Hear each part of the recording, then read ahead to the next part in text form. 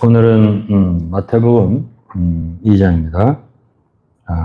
예수 그리스도께서 태어나셨는데 그때가 언제냐면 헤롯 왕 때입니다.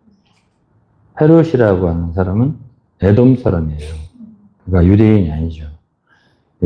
즉 다시 말하면 유대는 나라를 잃어버렸습니다. 이때에.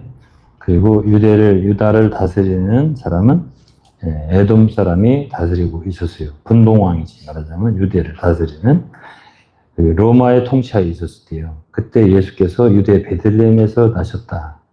유대 베들레헴에서 나신다는 말은 미가서에 예언이 되어 있어요. 구약에 예수님 태어나기 700년 전쯤 베들레헴에서 나시네 동방으로부터 동방 박사들이라고 하잖아요.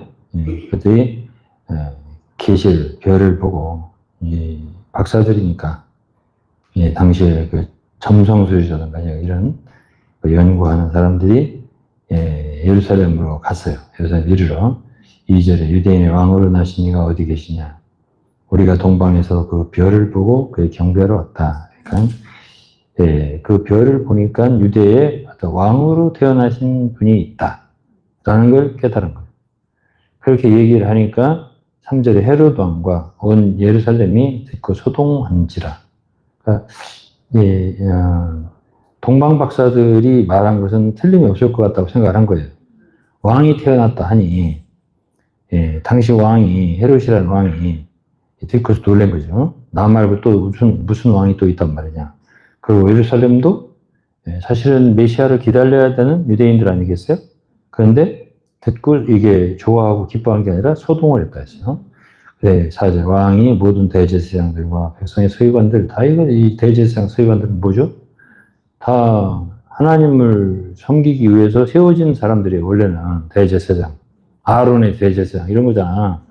그런 사람들이 누구를 모시고 있어? 헤롯을 모시고 있는 거지.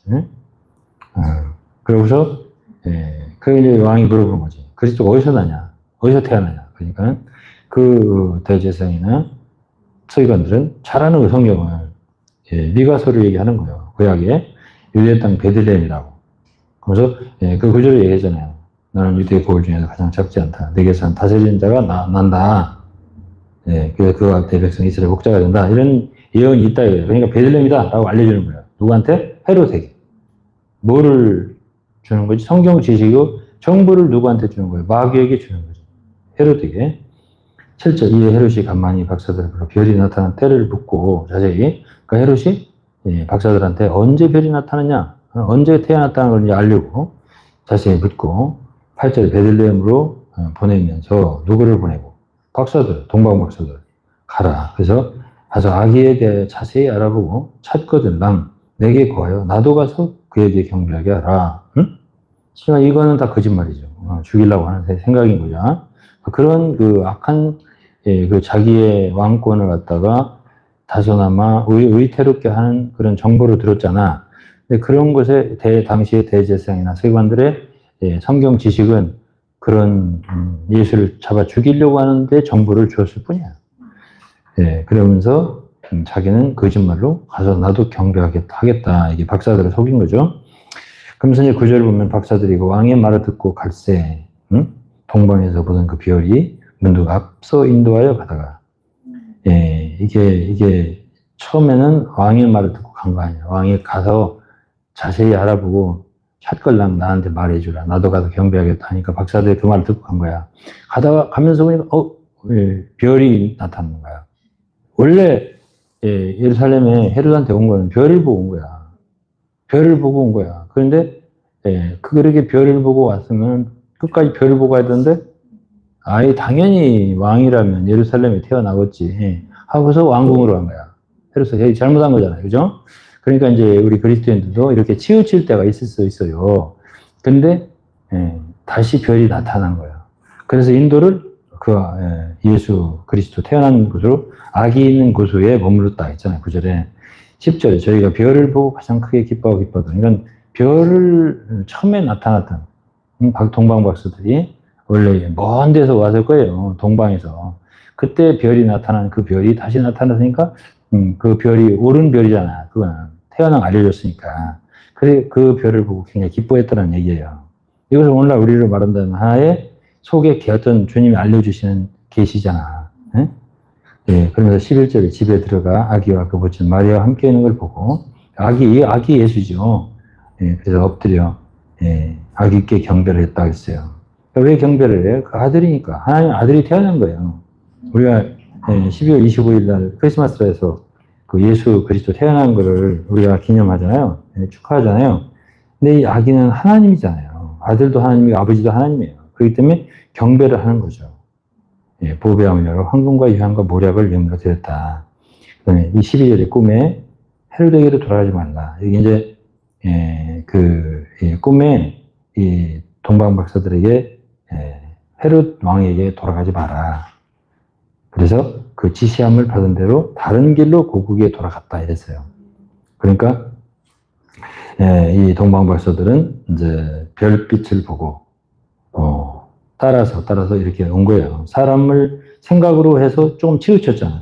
그랬다가 다시 별빛을 보고 예수님을 만나고 예수께 보물을 드리고 황금 유향 모략을 예물을 드리고 그리고서 꿈에 헤로데에게로 돌아가지 말라 지시하신 받고 다른 길로 갔다. 고국에 돌아갔다. 그러니까 하나님을 믿는 사람들은 어떤 방식으로든지 하나님이 잘못된 길로 갈 때에 다시 돌이켜서 제 길로 가도록 이렇게 도와주는 게 있어요. 13절 저희가 떠난 후에 주의 사자가 천사라고 해도 돼요. 요셉에게 현몽하여 가로되 요셉은 누구죠? 예수의 아버지인데 사실은 그 아버지로부터 태어난 건 아니에요. 왜? 처녀가 마리아의 처녀로부터 성령으로 잉태됐으니까.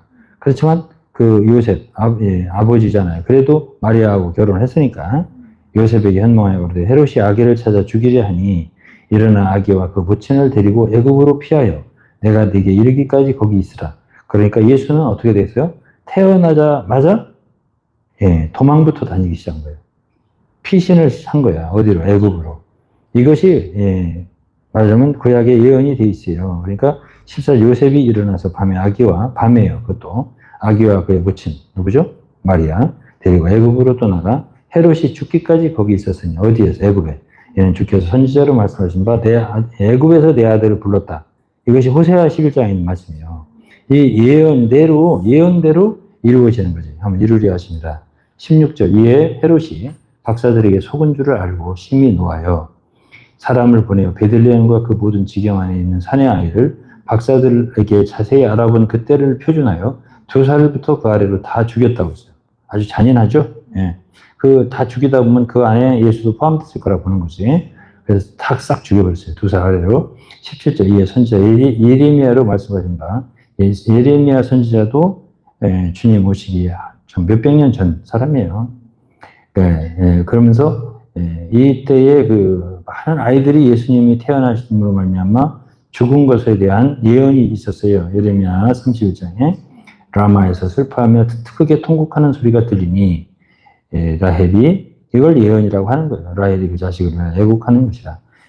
그가 자식이 없으므로 위로 받기를 거절하였도다. 함이 이루어졌느니라. 그러니까 너무 슬프면 위로도 받기를 싫어하는 정도로 슬펐다는 얘기예요. 이러한 일이 일어난다. 이때 19절 헤롯이 죽은 후에 주의 사자가 애굽에서 요셉에게 현몽하여 가로되 헤롯이 죽었어요. 결국 죽었어요. 주의 사자가 천사라고 해도 돼요. 애굽에서 요셉에게 현몽하여 가로되 애굽에 계속 피신해 있었어요. 꿈에 그죠? 일어난 아기와 그 모친을 데리고 이스라엘 땅으로 가라. 아기의 목숨을 찾던 자들이 죽었느니라 그랬어요. 그러니까 이제 요셉이 21절에 일어난 아기와 그 모친을 데리고 이스라엘 땅으로 들어오니라 그랬어요. 이때 이제 들어왔어요. 그런데 22절에 그러나 아켈라오가 그 부친 헤롯을 이어 유대 임금됨을 듣고 이 아켈라오도 결국 에돔 사람 유대인이 아니에요. 유대인이 아니고 원수지. 유대의 원수야. 에돔 에서의 자손. 거기로 가기를 무서워하더니 꿈의 지시함을 받아 갈릴리 지방으로 떠나가. 계속 꿈의 지시를 받는 거야. 갈릴리 지방으로 떠나가 나세렛이란 동네에 사시니. 그러니까 어디로 가지 못했죠?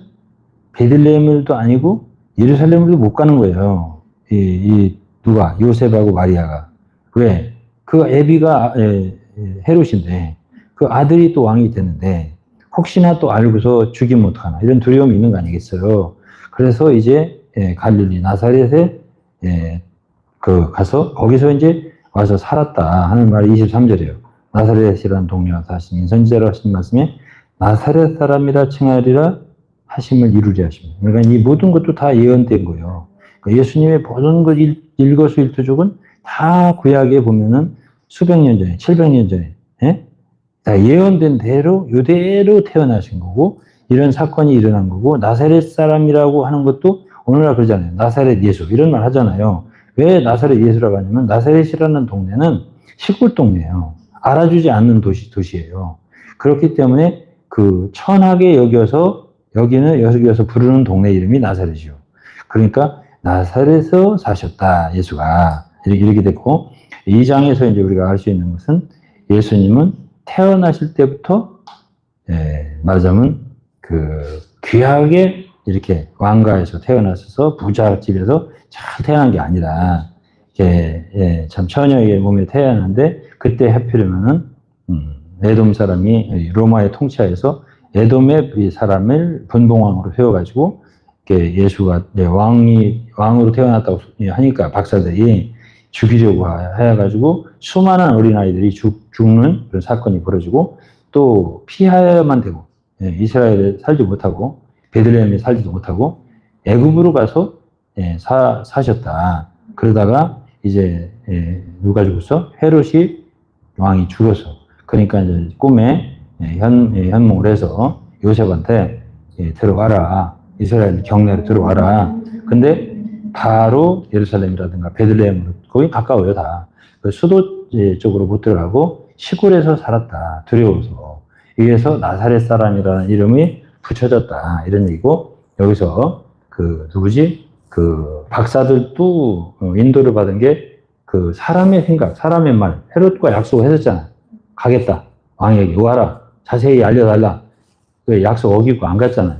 그리고 여기에 요셉도 그 항상 지시를 받잖아요. 꿈의 지시를 받든 어떻게 지시를 받든 지시를 받아서 움직이는 것이 요셉이에요. 그렇기 때문에 오늘날 우리 하나님의 자녀들도 이제 우리가 어떻게 인생을 살아야 할까, 어떻게 주를 따라야 할까 이렇게 생각해 보면 이런 구절에서 인간의 생각이나 또 참 사람들의 권유나 이런 게 중요한 게 아니고 우리 그리스도인들은 항상 우리 속에 인도하시는 주님의 특별한 어떤 지시가 있을 수가 있어요.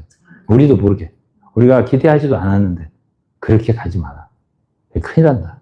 이렇게 가라. 이렇게 하나님이 우리 속에서 이렇게 지시해 주시는 인도가 있을 수가 있어요.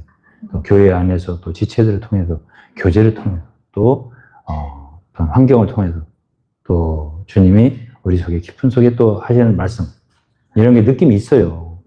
그런 느낌을 따라서 이렇게 행동하는 것이 주님을 따르는 길이라는 것을 우리가 마태복음 2장을 통해 읽을 수가 있고 주 예수님은 참 태어나실 때부터 이렇게 어려움을 당하셨구나 이런 걸 또 우리가 알 수가 있는 거예요.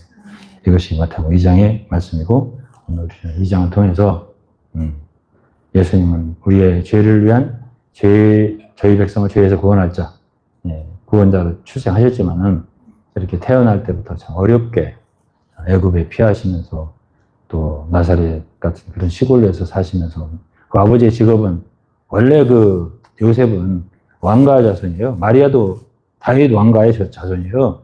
그렇지만 다 이제 폐위된 거 아니에요. 다 바벨론으로 유폐됐기 때문에 다 왕손이 없어요. 이제.